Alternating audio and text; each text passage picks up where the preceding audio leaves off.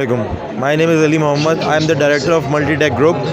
It's a group of companies that specializes in fuel safe handling and the equipment manufacturing and importing and also exporting of heavy travel. से गुजारिश है कि अगर आप हमारे channel पर नए हैं तो प्लीज़ हमारे चैनल को सब्सक्राइब करें, लाइक करें और शेयर करें ताकि हमारी हौसला अफजाई होती रहे, और अपने कमेंट से ज़रूर आगाह करें ताकि हम अपनी नई आने वाली वीडियोस को बेहतर से बेहतर बना सकें।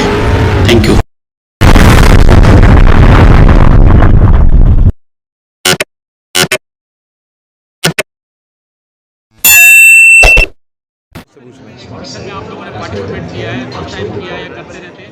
कंपनी जो है वो 35 से 40 साल पुरानी कंपनी है और मेरे ख्याल से हमारा कोई 15वीं बार होगी कि जब हमने एग्जीबिशन में पार्टिसिपेट किया है।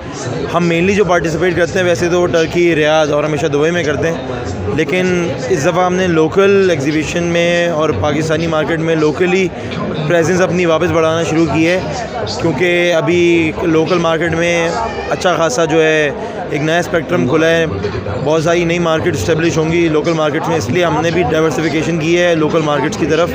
क्योंकि इंपोर्टिंग के टाइम्स में, आजकल के टाइम्स में जो पॉलिटिकल इंस्टेबिलिटी और इकोनॉमिक टाइम्स हैं, इंपोर्ट इतनी महंगी हो गई है कि अब सारी बड़ी कंपनीज़ हो, छोटी कंपनीज़ हो, SMEs हो या वेंडर्स हो, वो सब लोकलाइजेशन की तरफ आएंगे। तो हम भी अभी इन कोशिशों में हैं कि अपनी इंजीनियरिंग और टेक्निकल स्किल्स को इस्तेमाल करते हुए जो हम पहले प्रोडक्ट्स बनाते थे, जो पहले हम इंपोर्ट किया करते थे, अब वो हम अपने पास बनाएं, इन हाउस बनाएं और बड़ी बड़ी कंपनीज़ और हमारे जो OEM जायंट्स हैं उनको दिए जाएँ। हमारे पास मेनली जो प्रोडक्ट्स हैं वो टैंकर और ट्रेलर की होती हैं। ये फ्यूल सेफ हैंडलिंग की प्रोडक्ट्स होती हैं। इसमें दो कैटेगरीज होती हैं, अंडर कैरेज और बॉटम लोडिंग। बॉटम लोडिंग में हमारे वॉल्स आते हैं और हमारे जो हैं मैनुअल कवर्स आते हैं, और जो हमारी अंडर कैरेज है इसमें हमारे axle, suspension, king pin, fifth wheel जिसको टर्न प्लेट्स बोलती हैं वो आते हैं। हमारे पास ब्रेकिंग सिस्टम्स भी होते हैं, इलेक्ट्रॉनिक ब्रेकिंग सिस्टम्स होते हैं और एंटी लॉक ब्रेकिंग सिस्टम्स होते हैं। जो पुरानी टेक्नोलॉजी है और अभी नई वाली टेक्नोलॉजी है वो हमारे पास ही है, और पाकिस्तान में इस वक्त EBS टेक्नोलॉजी जो ट्रेलर्स के हवाले से दे रहे हैं वो सिर्फ हमारी कंपनी दे रही है। तो बेसिकली इस स्पेसिफिक बिजनेस में जो सप्लाई का सेक्टर है इसमें हम ही वन एंड ओनली इस वक्त प्लेयर हैं जो in a very proper and very formalise manner मौजूद है। कुछ लोगों का कहना है मैन्युफैक्चरिंग सेक्टर को जो है गवर्नमेंट की तरफ से कोई सपोर्ट नहीं है, कोई सब्सिडीज नहीं है, मतलब मैन्युफैक्चरिंग ये बात मसाइल को हाईलाइट करना चाहेंगे, कोई डिमांड हो कहना चाहेंगे। इस बात में भी दो पर्सपेक्टिव होते हैं। देखिए, बहुत से सेक्टर्स ऐसे हैं कि जहाँ गवर्नमेंट हेल्प भी कर रही है, इलेक्ट्रिक EV वगैरह वाली चीज़ों में हेल्प कर रही है, लेकिन एज सच अभी हमारी जो सेक्टर है इसमें गवर्नमेंट की तरफ से इतना तो वो कंट्रीब्यूशन और उतना सपोर्ट अभी नहीं है। हो सकता है इकोसिस्टम बनाना पड़ता है। जब आप किसी इंडस्ट्री को नरिश करना चाह रहे होते हैं कि वो नर्चर करे, तो आपको पूरा इकोसिस्टम बनाना होता है। ऐसे नहीं कर सकते कि आप 2-3 पॉलिसीज़ निकल जाएंगी और वो पूरी एक इंडस्ट्री स्टेब्लिश हो जाएगी। इसके लिए जो है वेंडर्स को, हॉलियर्स को, ट्रांसपोर्टर्स को, गवर्नमेंट बॉडीज़ को, गवर्नमेंट सिंडिकेट्स को, पूरा एक इकोसिस्टम होता है। जब तक वो सब अलाइन नहीं होंगे तब तक पूरी एक जो चेन होती है ना इंडस्ट्री की वो नहीं चलती। जैसे आपको शुरू में बोला कि हम मैन्युफैक्चरर्स भी हैं, हम इंपोर्टर्स भी हैं, हम एक्सपोर्टर्स भी हैं। तो जो चीज़ हम पहले मैन्युफैक्चरिंग के बारे में बताता हूँ, जो मैन्युफैक्चर करते हैं वो होती हैं ये सस्पेंशन ब्रैकेट्स जो इस वक्त मेरे राइट पे रखी हुई हैं। इसमें बैलेंसर ब्रैकेट्स होते हैं और जो है सस्पेंशन ब्रैकेट्स होती हैं।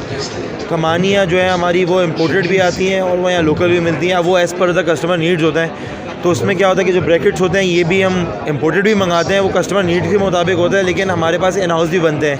अब जैसे हमारे पास जो एक्सेल्स रखे हुए हैं बहुत सारे, हमारे पास लोकल एक्सेल्स भी होते हैं और इम्पोर्टेड भी होते हैं। लोकल के जो एक्सेल्स होते हैं इसकी ट्यूब्स जो होती हैं वो बाहर से इम्पोर्टेड होती हैं, और जो इसके ड्रम्स और हब होते हैं वो हम इन हाउस अपने पास ही जो है इसको मैन्युफैक्चर कर रहे होते हैं। बाकी फिर हमारे पास जो है वो इम्पोर्टेड भी होता है। हमारे पास PV वेंट्स होते हैं अपने जो हम बनाते हैं, जो हम UAE एक्सपोर्ट करते हैं, अफ्रीकन कंट्रीज़ को एक्सपोर्ट करते हैं। हमने टर्की एक्सपोर्ट किया है, तो we are exporting right now to 6 to 7 countries है। इंपोर्ट में भी अभी मसाइल थे जिसकी वजह से काफ़ी लोग लोकल मैन्युफैक्चरिंग की तरफ भी आए, तो अभी इंपोर्ट की क्या सूरत हाल है? देखिए, इम्पोर्ट बेहतर हुई है, थोड़ी आसानियाँ खुली हैं, लेकिन बेहतरीन वक्त नहीं है इस वक्त इम्पोर्ट करने का। बड़े मसाइल आते हैं, स्पेशली एक छोटा बिजनेसमैन कोई हो या एंटरप्रेन्योर हो या वेंडर हो, उसके तो बस से बाहर है इस वक्त इम्पोर्टिंग का पूरा सीन। जो भी हैं बिग प्लेयर्स कर पा रहे हैं, उसमें भी LC जो है वो 365 डेज़ पे जा रही है, तो बड़े मसाइल होते हैं, बहुत डॉक्यूमेंटेशन होती है, बहुत पेपर वर्क होता है। इस वक्त बहुत ज़्यादा जो है आपको देखभाल की हर चीज़ करनी पड़ती है।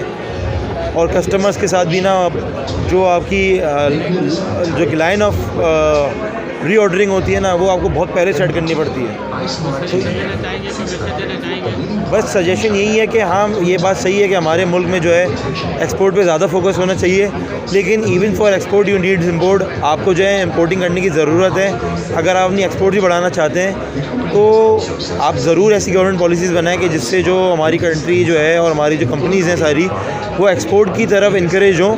लेकिन हमारे लिए इंपोर्टिंग में भी आसानी होनी चाहिए, क्योंकि हमारे बहुत इंपोर्टेड गुड्स इस्तेमाल होते हैं कि जो इस्तेमाल होते हैं एक मैन्युफैक्चर करने में, एक वो चीज़ कि जो एक एक्सपोर्ट एबिलिटी की चीज़ हो और वो एक्सपोर्ट क्वालिटी की हो। तो ये आसानियाँ हमारी गवर्नमेंट को और हमारी जो बॉडीज़ हैं और इंस्टीट्यूशंस हैं उनको